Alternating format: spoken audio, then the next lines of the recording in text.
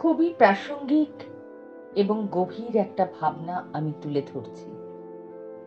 লেখাতে বর্তমান সময়ের এক কঠিন বাস্তবতাকে তুলে ধরলাম।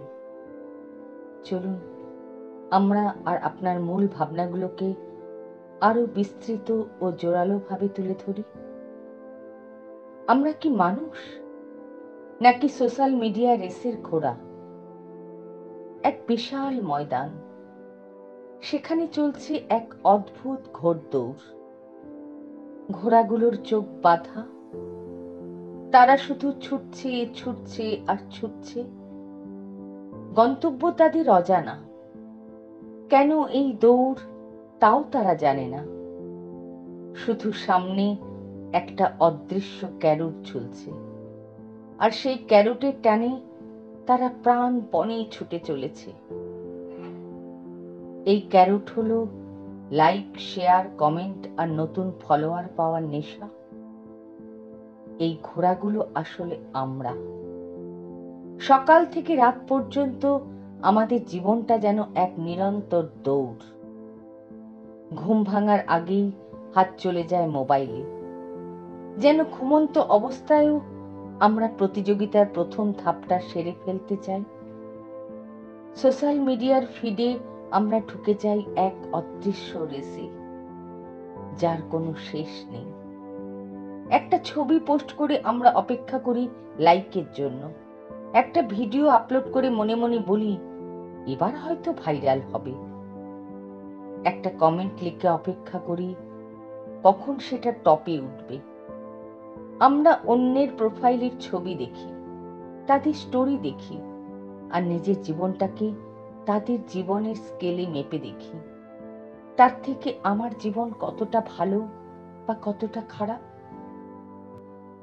আমরা কি সত্যিই বাঁচছি, নাকি শুধু দৌড়াচ্ছি? এই দৌড়ের জন্য আমাদের সময়, মনোযোগ আর আবেগ বিক্রি হয়ে যাচ্ছে। আমরা ভাবছি আমরা খেলছি, কিন্তু আসলে আমরা খেলার গুটি। আমাদের লাইক, কমেন্ট আর শেয়ারগুলো ডেটা কোম্পানিগুলোর কাছে এক অমূল্য সম্পদ, যা তারা বিজ্ঞাপন কোম্পানিগুলোর কাছে বিক্রি করে দেয়। আমরা তাদের জন্য বিনা পারিশ্রমিকে কন্টেন্ট তৈরি করি, আর বিনিময়ে পাই ক্ষণিকের ডোপামাইন হ্রাস। আমরা নিজের হাতে নিজেদের মন, আবেগ এবং সময় তাদের হাতে তুলে দিয়েছি। আমরা ভাবি আমরা খেলছি, কিন্তু খেলার বোর্ড সাজানো অন্য কারো হাতে। আমরা ভাবি আমরা জিতছি, আসলে জিতছে বিজ্ঞাপন কোম্পানি, ডেটা কোম্পানি এবং এমন কিছু মানুষ যারা এই ডিজিটাল রেসের সুবিধা নিয়ে নিজেদের পকেট ভরছে। আজ আমাদের চোখ স্ক্রিনে, মন আটকে লাইক কমেন্টে, আর সময় গলে যাচ্ছে রিলস আর শর্টসের ভিড়ে। আমরা শুধু ছুটছি, কিন্তু জানি না কোথায় থামতে হবে। এটাই তো আসল ট্র্যাজেডি। আমরা ভেবেছিলাম আমরা খেলার খেলোয়াড়, কিন্তু আসলে আমরা খেলার গুটি। আর সবচেয়ে ভয়ঙ্কর ব্যাপার হলো, আমরা নিজেরাও জানি না এই রেসের শেষ কোথায়।